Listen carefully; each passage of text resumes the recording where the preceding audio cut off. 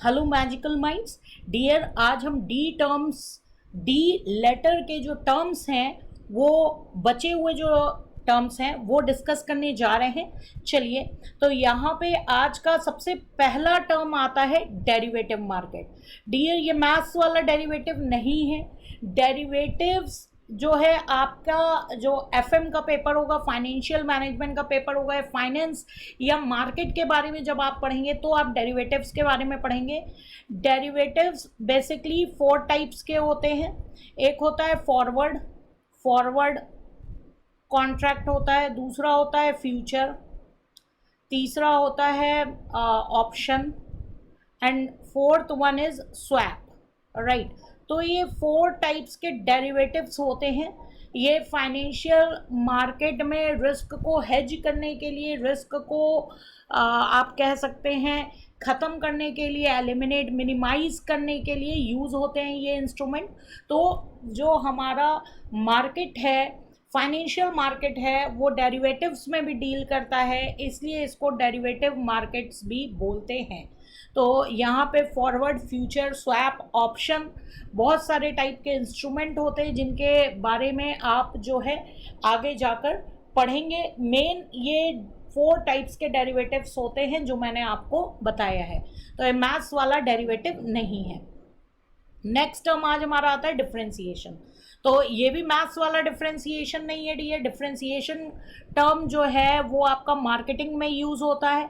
आपको अपने प्रोडक्ट को दूसरे जो कॉम्पिटिटिव प्रोडक्ट्स हैं उनसे बेहतर बनाना है, डिफरेंट बनाना है, ताकि उनके डिफरेंशिएशन का जो एडवांटेज है, कॉम्पिटिटिव एडवांटेज है, वो उठाया जा सके। आपके प्रोडक्ट को कस्टमर जो है अलग तरीके से देखे, अलग तरीके से अप्रिशिएट करे और आपके प्रोडक्ट को खरीदे, क्योंकि आपका प्रोडक्ट आपके कॉम्पिटिटर के प्रोडक्ट से अलग है, राइट।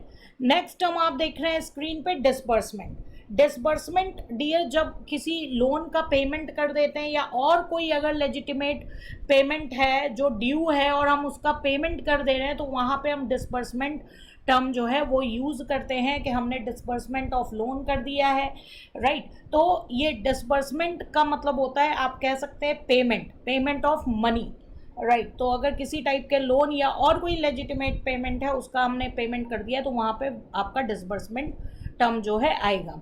4 टर्म आपका डिस्काउंट है। डिस्काउंट डियर, हम कैश डिस्काउंट ऑलरेडी पढ़ चुके हैं, राइट। डिस्काउंट कई टाइप्स के होते हैं। कैश डिस्काउंट होता है, स्पेशल डिस्काउंट होता है, ट्रेड डिस्काउंट होता है। तो डिस्काउंट का मतलब ये है कि जो भी स्टेटेड अमाउंट है उससे आप कम पे कर रहे हैं, उससे रिड्यूस प्राइस आप पे कर रहे हैं, इट मीन्स वहाँ पे डिस्काउंट आपको ऑफर किया जा रहा है। नेक्स्ट हम आप देख रहे हैं डिस्काउंटेड बिल। तो डियर, एक नेगोशिएबल इंस्ट्रूमेंट होता है जिसका नाम होता है bills of exchange. Bills of exchange आप ये कह सकते हैं कि शॉर्ट टर्म जब क्रेडिट बेसिस पे माल खरीदा जाता है, बेचा जाता है, तो जो क्रेडिटर होता है वो डेटर को एक शॉर्ट टर्म लोन जो है वो प्रोवाइड करता है बिल्स ऑफ एक्सचेंज के थ्रू। तो अगर क्रेडिटर ने सपोज 3 मंथ्स का बिल्स ऑफ एक्सचेंज डेटर के ऊपर लिखा और डेटर ने उसको एक्सेप्ट कर लिया है कि हाँ मैं 3 मंथ्स बाद इस लोन का पेमेंट कर दूंगा, लेकिन क्रेडिटर को उस पैसे की जल्दी ज़रूरत है, तो वो उस बिल्स ऑफ एक्सचेंज को बैंक से डिस्काउंट करा सकता है। यानी कि सपोज आप कह लो 50,000 का बिल्स ऑफ एक्सचेंज है, उसने बैंक से डिस्काउंट कराया, उसको 3 महीने बाद पेमेंट मिलेगा, लेकिन उसको ज़रूरत आज ही है, वो 3 महीने का वेट नहीं कर सकता है, तो बैंक उस बिल्स ऑफ एक्सचेंज के बदले उसको एडवांस मनी दे देता है, जो कि जिसका अमाउंट 50,000 से कम होगा। जो भी डिडक्टेड अमाउंट है वो बैंक की इनकम होगी। तो इसे कहा जाता है कि क्रेडिटर ने बिल को बैंक से डिस्काउंट करा लिया, या वो bill of exchange discounted bill जो है कहलाता है। नेक्स्ट हम देख रहे हैं डिसमिसल।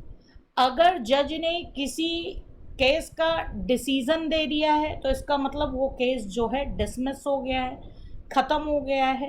तो जब जज डिसीज़न दे देता है तो इसका मतलब वो केस जो है ख़त्म हो जाता है। नेक्स्ट हम आप देख रहे हैं डिस्पोज। यहाँ पे डिस्पोज का मतलब लिखा है एंडिंग अ लीगल केस। कोई लीगल केस ख़त्म हो जाना, या जुडिशियल प्रोसीडिंग जो कानूनी कार्यवाही है वो ख़त्म हो जाना, उसको हम डिस्पोज कह रहे हैं। डियर डिस्पोज वर्ड और भी जगह यूज़ होता है। एसेट का डिस्पोजल अगर मैं कहूँ तो एसेट को अगर आपने बेच दिया है या जो भी सामान है, स्क्रैप है, उसको आपने डिस्पोज ऑफ कर दिया है, इसका मतलब वो आपने बेच दिया है या उसको इस तरीके से आपने डिस्पोज ऑफ किया है कि एनवायरनमेंट को हार्म ना पहुँचे, यानी कि उसको ख़त्म कर दिया है, राइट। तो ये डिस्पोज अलग अलग जगह जो है वो यूज़ होता है। नेक्स्ट हम आप देख रहे हैं डिस्पोजिशन।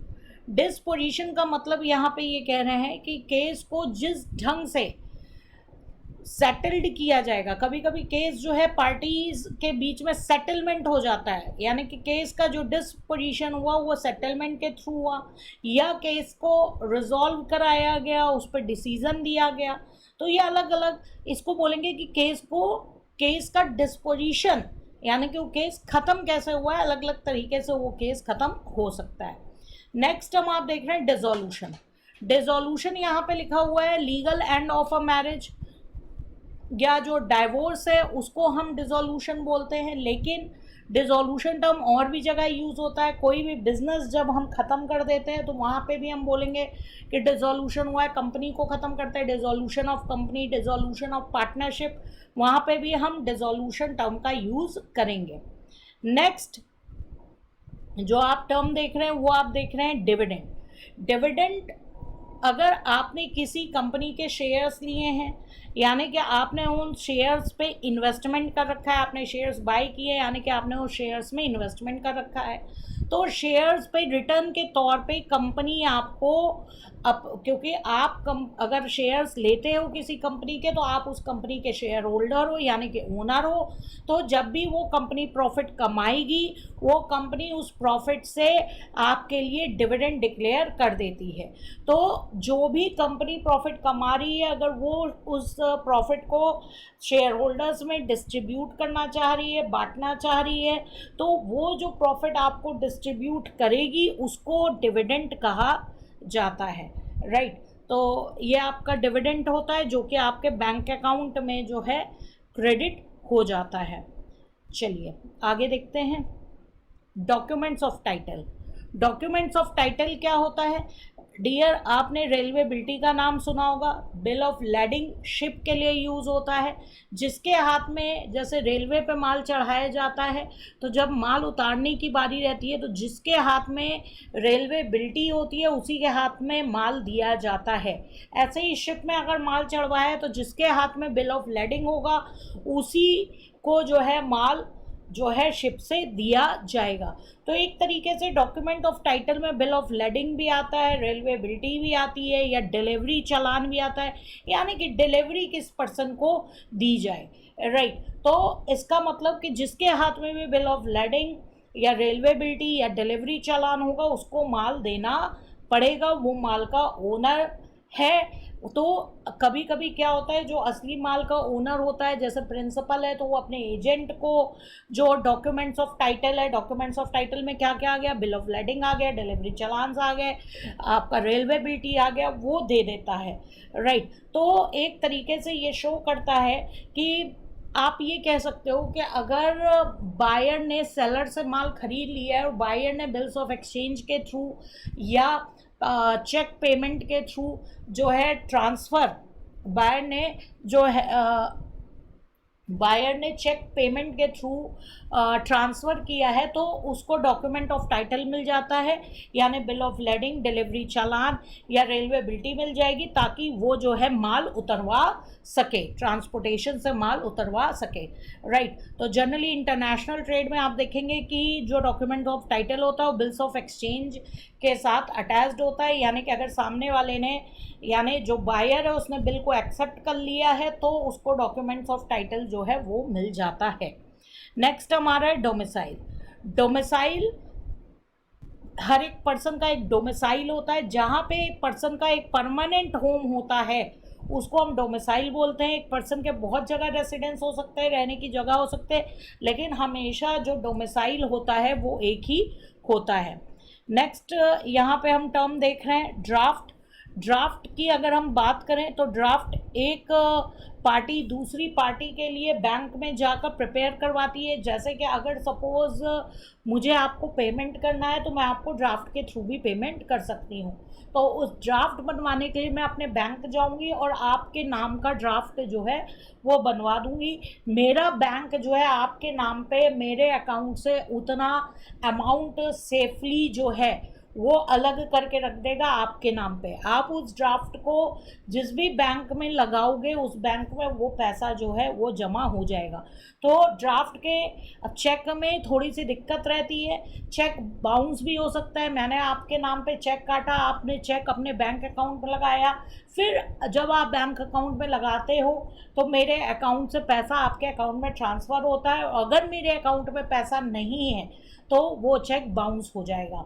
लेकिन ड्राफ्ट के केस में ऐसा नहीं है। ड्राफ्ट के केस में आपके नाम का अगर मैं ड्राफ्ट बनवा रही हूँ तो बैंक आपके नाम का अमाउंट एडवांस में उठाकर अपने पास रिजर्व रख लेगा। तो ड्राफ्ट से पेमेंट ज़्यादा सिक्योर होता है in comparison to cheque, right. Next हम देख रहे हैं डंपिंग। डंपिंग डियर आप कस्टम एक्ट में बहुत बार पढ़ोगे, बहुत बार वहाँ डंपिंग टर्म आएगा। डंपिंग टर्म ये होता है कि अगर इंटरनेशनल मार्केट में अगर एक देश दूसरे देश में काफ़ी कम प्राइस पे, इवन जो उसकी उस सामान को बनाने में कॉस्टिंग आ रही है, लागत आ रही है, उससे भी कम प्राइस पे सामान बेच रहा है। उसका कारण ये है कि दूसरे जिस देश में वो सामान बेच रहा है उस देश की इंडस्ट्री जो है उनसे कंपटीशन ख़त्म कर सके, उनका कंपटीशन जो है एकदम निल हो जाए, वो अपने ही देश में सामान ना बेच पाए, तो इसको हम डंपिंग बोलते हैं। तो जनरली जब दूसरे देश आते हैं और हमारे देश में सामान बेचते हैं तो कभी हमारे देश के जो कंपनीज़ हैं उनके साथ कंपटीशन ख़त्म करने के लिए वो अपने कॉस्ट से भी कम प्राइस में यहाँ पर मार्केट में सामान बेचने लगते हैं। ऐसी सिचुएशन को हम डंपिंग बोलते हैं। गवर्नमेंट इस पे कस्टम ड्यूटी लगाकर उस माल का प्राइस बढ़ा देती है ताकि जो हमारा देशी मार्केट है या आप जिसको कह सकते हैं इंडिजिनियस मार्केट है वो ख़त्म ना हो, वो बर्बाद ना हो। आई होप आपको ये सारे टर्म समझ में आ गए होंगे। Thank you dear.